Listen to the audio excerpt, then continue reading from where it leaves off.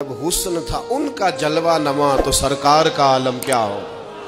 آپ ذرا ٹھہر کر اس کو سوچیں کہ جب حسن تھا ان کا جلوہ نما، یعنی حضور مسکراتے تھے، خوش بڑے ہوتے تھے۔ کب؟ جب ایک طرف ابو بکر صدیق بیٹھے ہوتے تھے، جب ایک جانب سیدنا فاروق اعظم بیٹھے ہوتے، جب سامنے مولا علی شیر خدا اور حضرت عثمان بیٹھے ہوتے، اور جب کندھوں پر سیدنا امام حسن اور حسین سوار ہوتے تھے، اور جب حضرت بلال اذان دیتے تھے،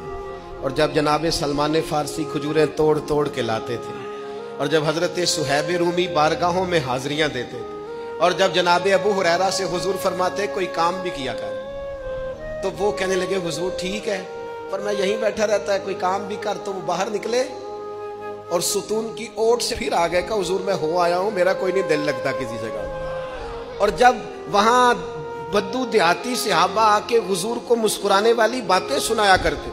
اور جب اس محفل نور میں، اس خوبصورت مجلس میں حضرت معاذ ابن جبل بیٹھتے تھے، جب اس خوبصورت محفل پاک میں حضرت ابو ذر غفاری جیسے درویش بیٹھتے تھے، جب اس نورانی محفل میں حضرت خالد بن ولید جیسے جرنیل ہاتھ باندھ کر، نظریں جھکا کر اور دو زانو پیچھے بیٹھ کر، کبھی کبھی آنکھ کھول کر حضور کی زیارت کرتے تھے، اور جب اس مجلس پاک میں حضرت ابو عبیدہ جیسے امین الامت لوگ بیٹھتے تھے، اور جب اس مجلس پاک میں حضرت حذیفہ بن یمان جیسے لوگ جن سے حضور تنہائی میں بیٹھ کر راز کی باتیں کرتے تھے، اس مجلس پاک کے حسن کو، اس کی کیفیت کو، اس کی نزاکت کو، اور مسجد وہ والی مسجد جس کی بنیادوں میں خود رسول پاک نے دست مبارک سے اینٹیں رکھی ہوں، جس میں جھاڑو حضرت بلال دیتے ہوں، جس میں تزئین و آرائش کا کام حضرت عثمان غنی کرتے ہوں، جس مسجد مبارکہ میں چراغ حضرت تمیم داری جلاتے ہوں، پتہ نہیں کیا منظر ہوگا، پتہ نہیں کیا رنگ ہوگا۔ مجھے لگتا ہے فرشتے بھی آسمان کے دروازے کھول کھول کے نیچے جھانک کے دیکھتے ہوں گے کہ جب حسن تھا ان کا جلوہ نما، دیدار کا عالم کیا ہوگا، ہر کوئی فدا ہے بن دیکھے۔ صبح قیامت جب ان کا روضہ اطہر کھلے گا، اور جنہوں نے عمر گزار دی ان کی نعت پڑھتے، اور جن کے لمحے بیتے ان کی یادوں میں نعرے لگاتے، اور جن کی صبح شامیں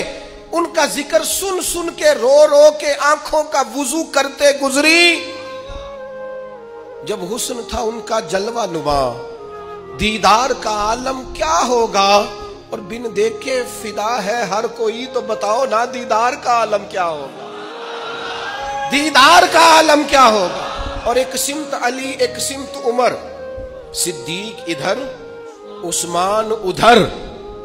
بھلا ان جگمگ جگمگ تاروں میں مہتاب کا عالم کیا ہوگا، کیا ہوگا۔ ہر نظر کانپ اٹھے گی محشر کے دن، اور دیکھنا خوف سے ہر کلیجہ دہل جائے گا،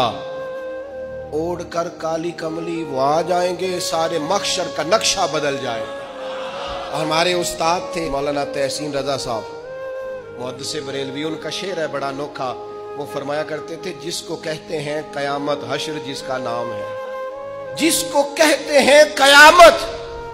لیکن نا غلام کی سب سے بڑی خواہش اور آرزو یہ ہے کہ حضور کی زیارت نصیب ہو، کبھی ان کا چہرہ نظر آئے، لنگ کئی مہینے تے برس گئے تے تیری دید نو دیدے ترس گئے۔ تو کہا وہ تو جشن کا دن ہوگا جس کو کہتے ہیں قیامت، اور حشر جس کا نام ہے،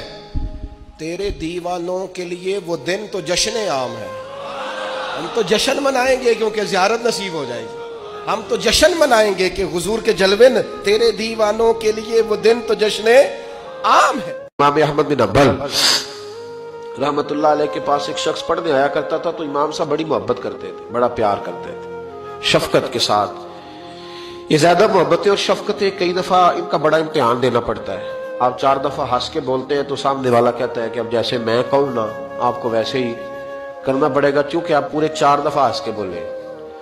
تو اگر آپ سختی دکھاتے تو پھر وہ کہتے ہیں کہ ان کی اخلاقی رویہ ٹھیک نہیں ہے۔ تو یہ مشکل ہوتے ہیں نا مرحلے، دنیا میں سے بچ کے نکلنا تھوڑا سا مشکل کام ہے۔ حضرت امام احمد بن حنبل کے پاس ایک شخص تعلیم حاصل کرنے آتا تھا، تو آپ بڑی محبت فرماتے تھے، پیار کرتے تھے، شفقت کرتے تھے۔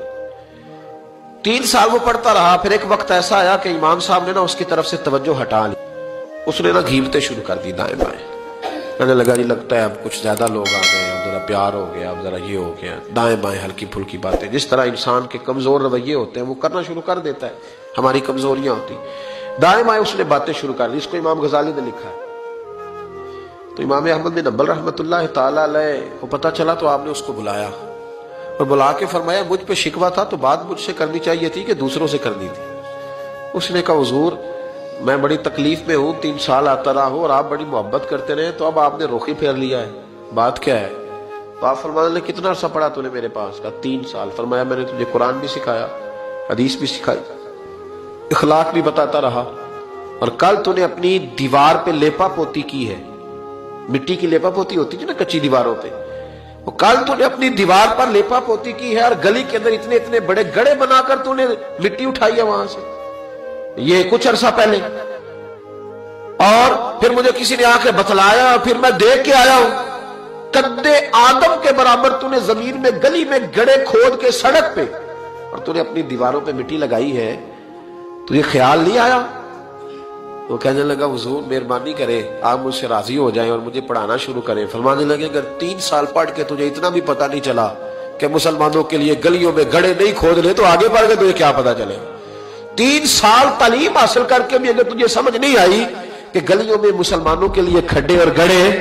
نہیں بنانے، تو میاں آگے میں تجھے، اس لیے میں نے ذرا توجہ پھیر لی ہے کہ میری تعلیم کا تیرے اوپر کوئی اثر ہے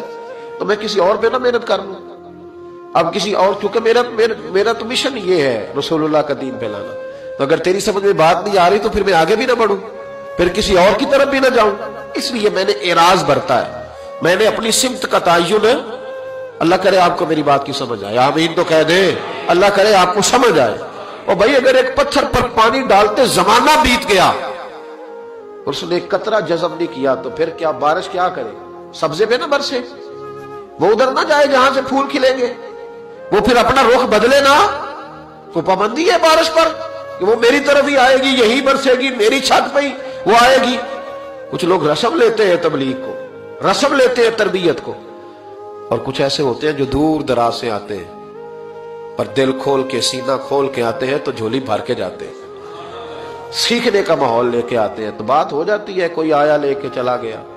کوئی عمر بھر بھی نہ ہوتا ہے نا میرے بھائی۔ اس لیے امام احمد بن حنبل کہنے لگے تو ابھی کھڈے کھودنے سے باز نہیں آیا، 3 سال میں تو آگے تو مجھ سے کیا لے گا؟ رسول کریم صلی اللہ تعالی علیہ وسلم رات کو آرام کرنے کے لیے تشریف لے گئے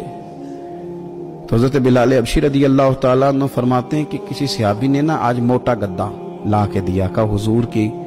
پشت اتھر پر نا میں موٹے بان کی چارپائی کے نشان دیکھتا ہوں، تو یہ گدا آج میرے کریم کے نیچے بچھاؤ، یہ بستر آرام دے۔ حضرت بلال کہتا میرا بھی بڑے دنوں سے خیال تھا، میں نے وہ ڈبل کر کے نا بچھا دیا، حضور نے آرام کیا، میرے دل کو بڑی تسلی ہوئی۔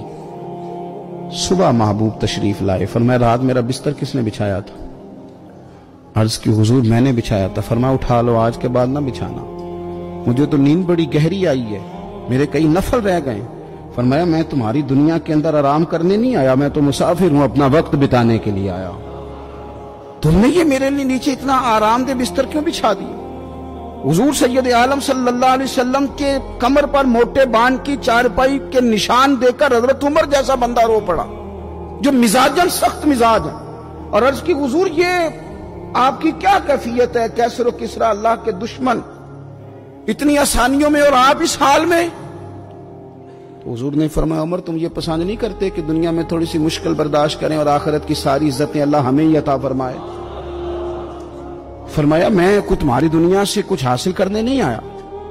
میرے عزیز، یہ نا تن آسانی سے تھوڑا بچیں۔ غفلت کی بنیادی وجہ یہ ہے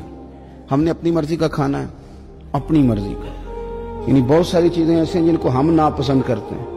حالانکہ سیدہ عائشہ صدیقہ رضی اللہ تعالیٰ عنہ فرماتی ہیں کھانا پک جاتا تھا، کریم نے کبھی نہیں فرمایا مجھے ناپسند، کبھی طبیعت نہ چاہتی تو چھوڑ دیتے تھے، لیکن کبھی ہم نے عیب نکالتے نہیں دیکھا۔ بھائی تن آسانی ہمیں غافل کر رہی ہے،